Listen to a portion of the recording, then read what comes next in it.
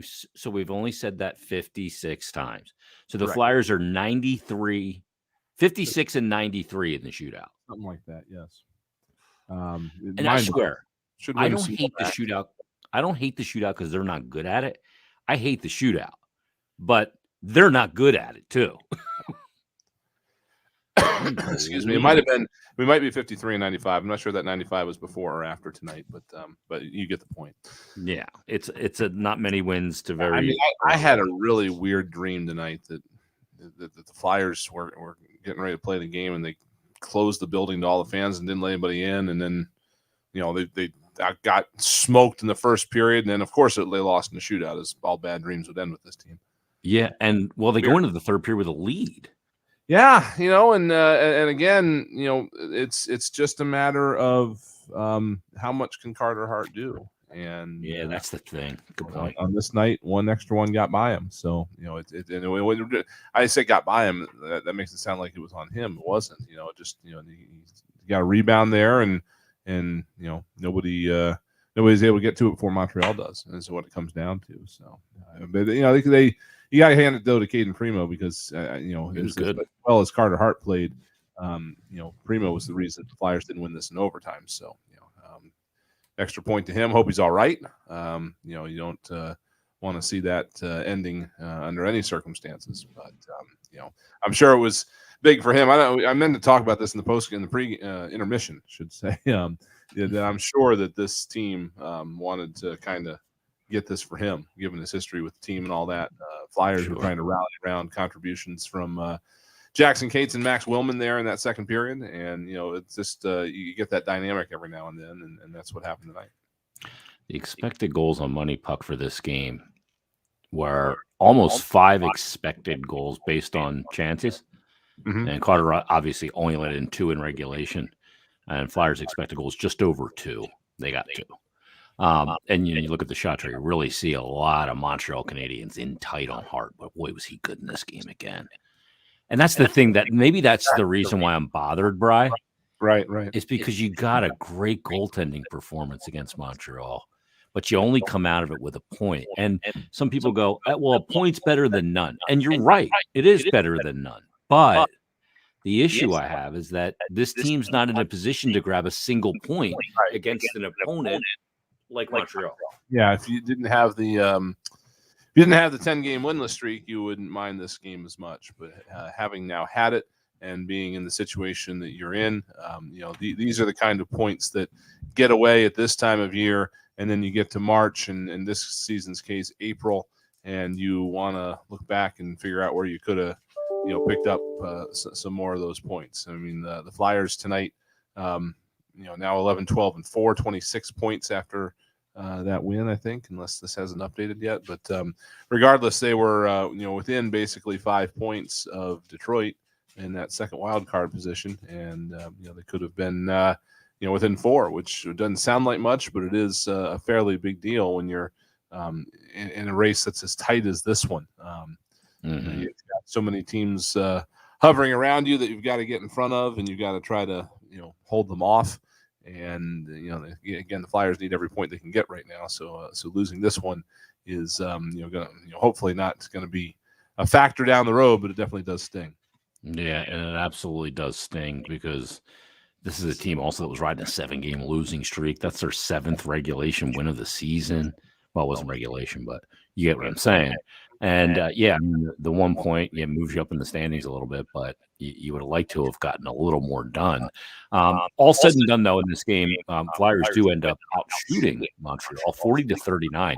I mean, geez, that's a lot of shots in a game. 79 total shots and a total of 5 goals. That's a goaltended game too. Yeah, and Carter Hart, again, we talked about this last week when he got a 44-shot, 41-save win. He thrives in these situations, and now goes to 14-1-3 all time when facing 38 or more shots on goal. It's a good spot to have a goaltender that can thrive in cases like this. Again, with a mediocre goaltending performance or even an ordinary one, the Flyers are staring into a huge hole after the first period. The Canadiens even poured it on even more in the third. They've got obviously very solid foundation in back. It's again, even though a team comes out and has a 7-game winless streak or anything like that, the parity in this league is made it such that any team can beat any other team on any given night. And we saw that tonight, I think, although the Flyers, I'm sure, are hopefully at least gonna I don't think the first period is something you burn the tape on. I think the first period is when you got to look at and see what happened. And agreed. So hopefully they can at least take that away in addition to the point, and try to rebound with an effort on Saturday against Ottawa that looks a little more like what they had on Tuesday against the Devils. Well, one of the other elements here that has me perturbed is that both goals. You got a goal from Max Willman and Jackson Cates. I need to get goals from. Look, I know Atkinson had a hat trick last game. He's off the hook. All right.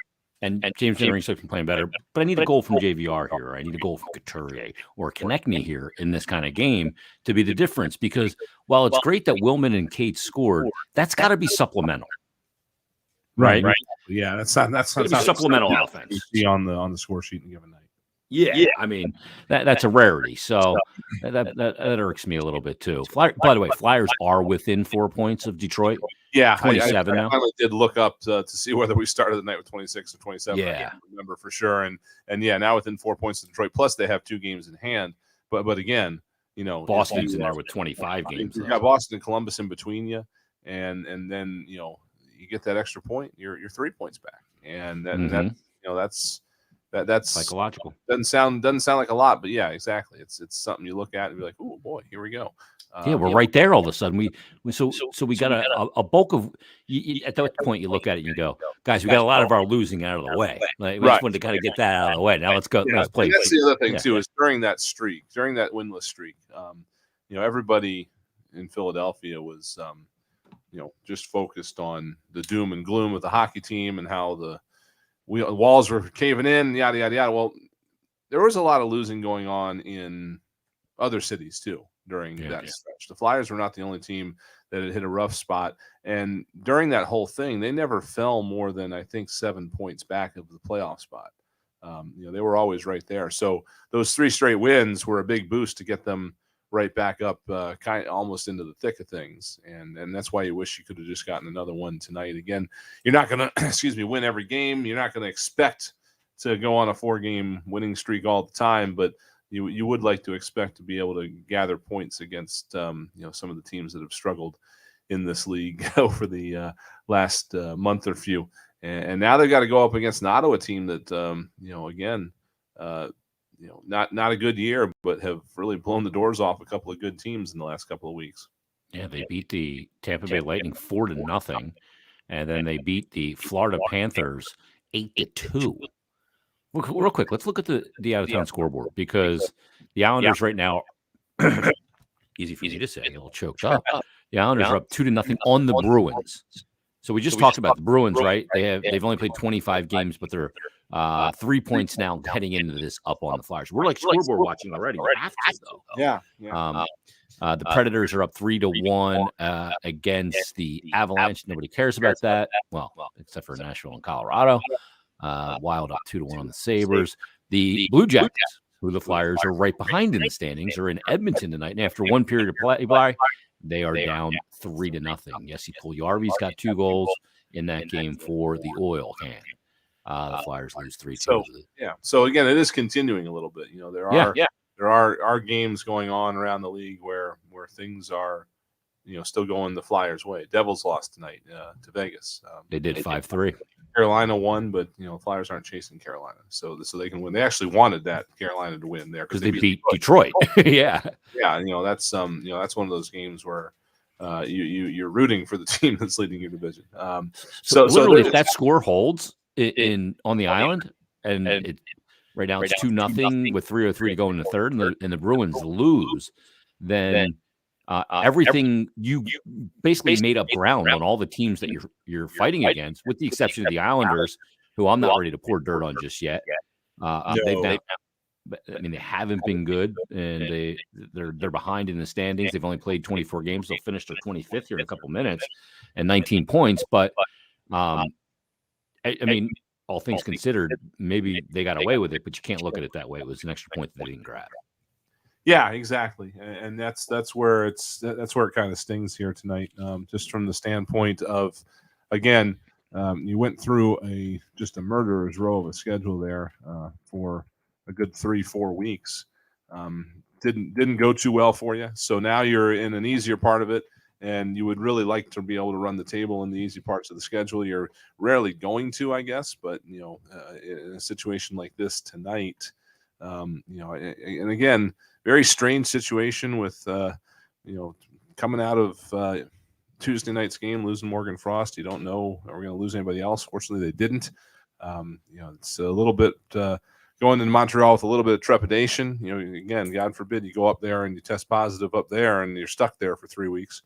So I don't know if you can chalk any of this up to that or not, but it's important for this team to come back home, bounce back, and have a solid game against Ottawa. And again, trying to get through just that Christmas break, with momentum and as many points as possible. Because let's be honest, we're not 100% sure where things are going to go right now. The league seems like they're pretty focused on playing through this. But now you get things like what happened in Montreal today, and you realize that maybe it's not 100% under the league's control. You have to take that into consideration as far as do you want to have some teams playing in front of no fans and some not not having a revenue element here. Yeah, there's a lot of things to play here. So I don't know. We'll see what happens, but just again following what Mike Yo said. Just want to kind of buckle down and focus on what they can control, and let's see if we can't get back to Hockey 500 here against Ottawa on Saturday. Yeah, that game's paramount. Not to let this one loss, albeit an OTL, turn into two. And the other thing is, we're just all hoping there's not a Rudy Gobert moment here.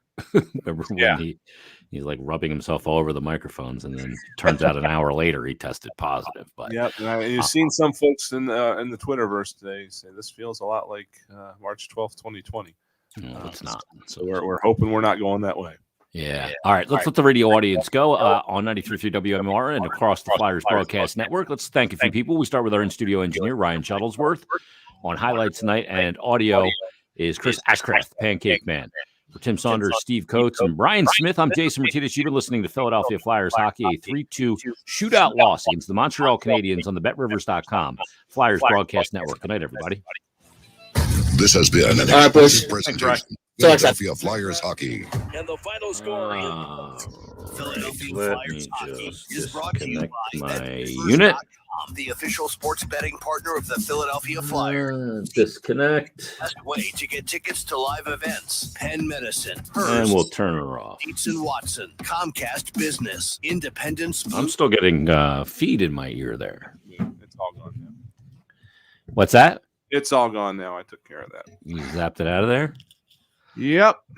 Oh, man. Why can't we have nice things? Hang on 1 second here. I just want nice things. Bear with me, stream folks. Oh, man. One thing to draw the 24/7 audience back in. Yeah, pardon my big yawn. Tired.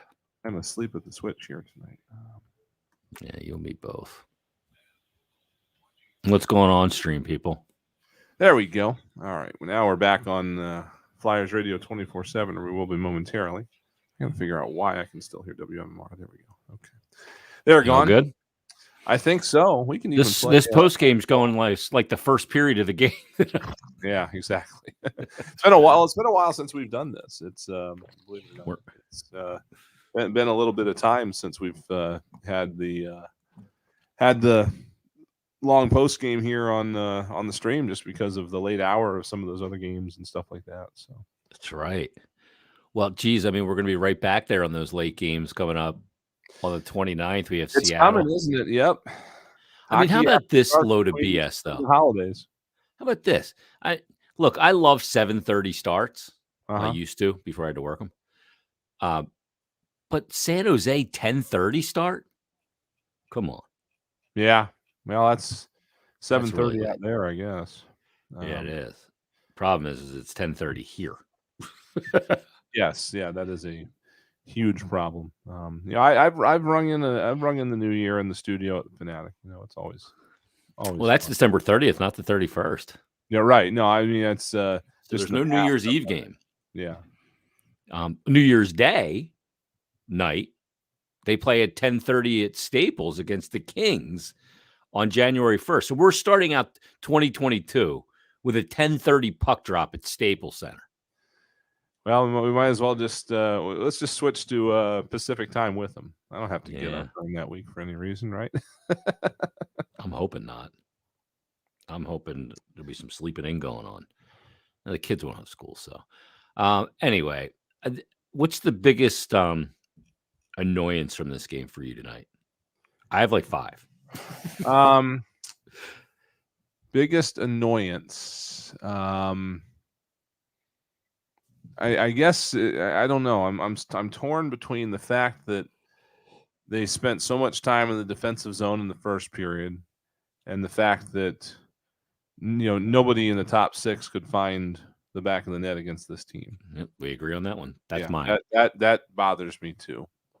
Yeah, bothers me that the goals came from Noah, Jackson Cates, and Max Willman, and no one else. Again, I have no problem with those guys scoring.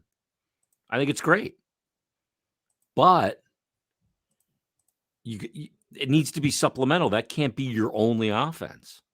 So shots were 40-39, right? We touched on that. In the Flyers' favor. So just looking down the run here, I guess it wasn't for want lack of trying, because Travis Konechny 4 shots on goal, Kevin Hayes 4 total attempts, Sean Couturier 7 total shot attempts, 3 on goal, 4 missed, Scott Lawton 4 and 5 total, Oscar Lindblom 3 and 5 total, Claude Giroux 4 period.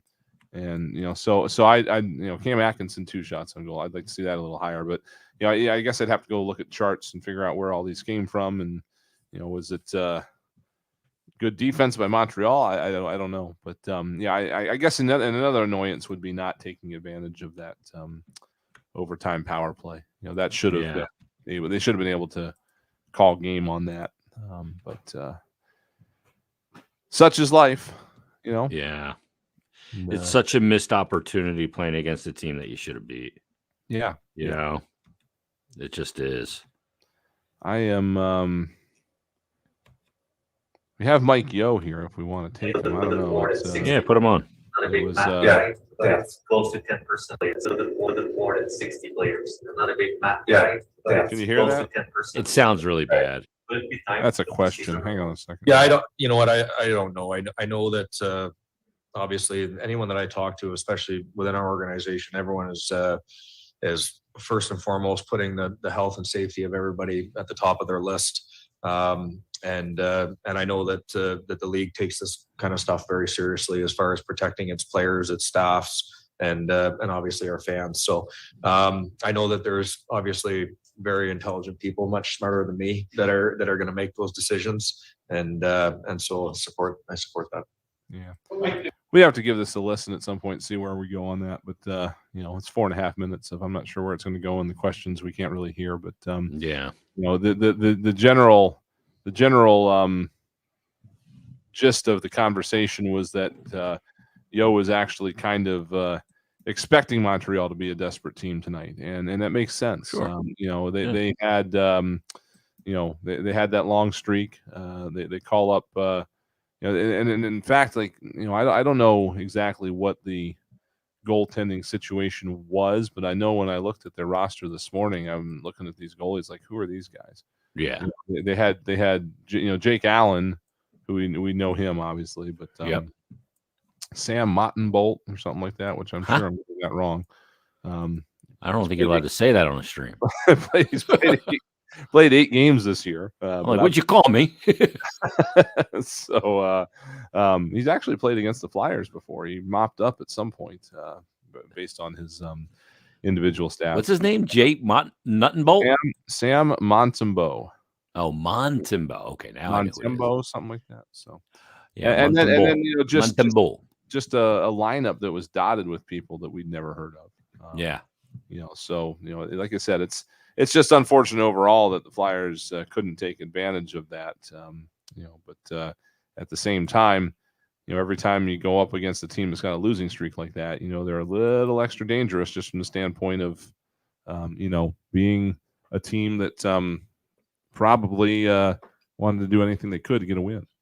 I mean, if I combine the record of the Devils over their last 12 games and Montreal over their last 12 games, you'd have 4 collective wins, and 3 of them came over the Flyers. Yeah, that's another troubling thing. When they go back at the end of the season and look at how things transpired this year, and if they don't make the playoffs, those are 3 games that they're so far anyway, at least 3 games that they're going to look at and wonder, could have handled those games a little bit differently, and we're talking about a different fate right now. But it's we'll amazing. They have that loss against Montreal. I granted they got a point. It wasn't in regulation, and then the 2 against New Jersey, and the fact that they've beaten Edmonton this year, they've beaten Boston, they beat Calgary, they beat Carolina, they beat the Washington Capitals. The fact that they've beaten those teams, yeah, exactly. Like I just rattled off 5 games right there. Yes, the Flyers have 11 total wins. 5 or 6 games are against. I guarantee those 5 teams I named are all in the top 10 in the power rankings in the NHL. Yeah, and that's that's been something crazy. that over the years. I don't remember exactly when. They might be going back here 4 or 5 years now, but you remember when the Flyers were having a stretch there where they were beating all the good teams and couldn't beat any of the bad teams. Yeah, it was 2015. Yeah, it was just Philly's disease. What's going on here? This is crazy. So hopefully they're not going to get back into that thing. I think it's a little bit premature to judge this that way, but again, it's just a matter of trying to figure out where they can get these points against some of these other teams. Yeah, it's crazy. Well, we'll be back at it Saturday. We ready to wrap it up? You have anything else you want to say? We're ready to wrap it up. Yeah. All right. I don't have anything else Having to say. some trouble with the 24/7 stream anyway. That's what I'm trying to figure out here on my phone. But we're gonna do it again Saturday. Yeah, we'll be back at it Saturday. I got to save some words for the podcast. Save some thoughts. Collect them first. Yeah. See where it goes. It's games like this, when I get perturbed, I got to take a little bit of it's a good opportunity to walk the dog. Exactly. Yeah. Go out there, and especially now, nice night. It's what is it? 50 degrees out, 55 degrees out. So yeah, you've got to need people waking up tomorrow to hear the podcast with the mood I'm in tonight.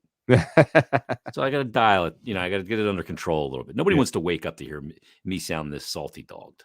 Right. Absolutely.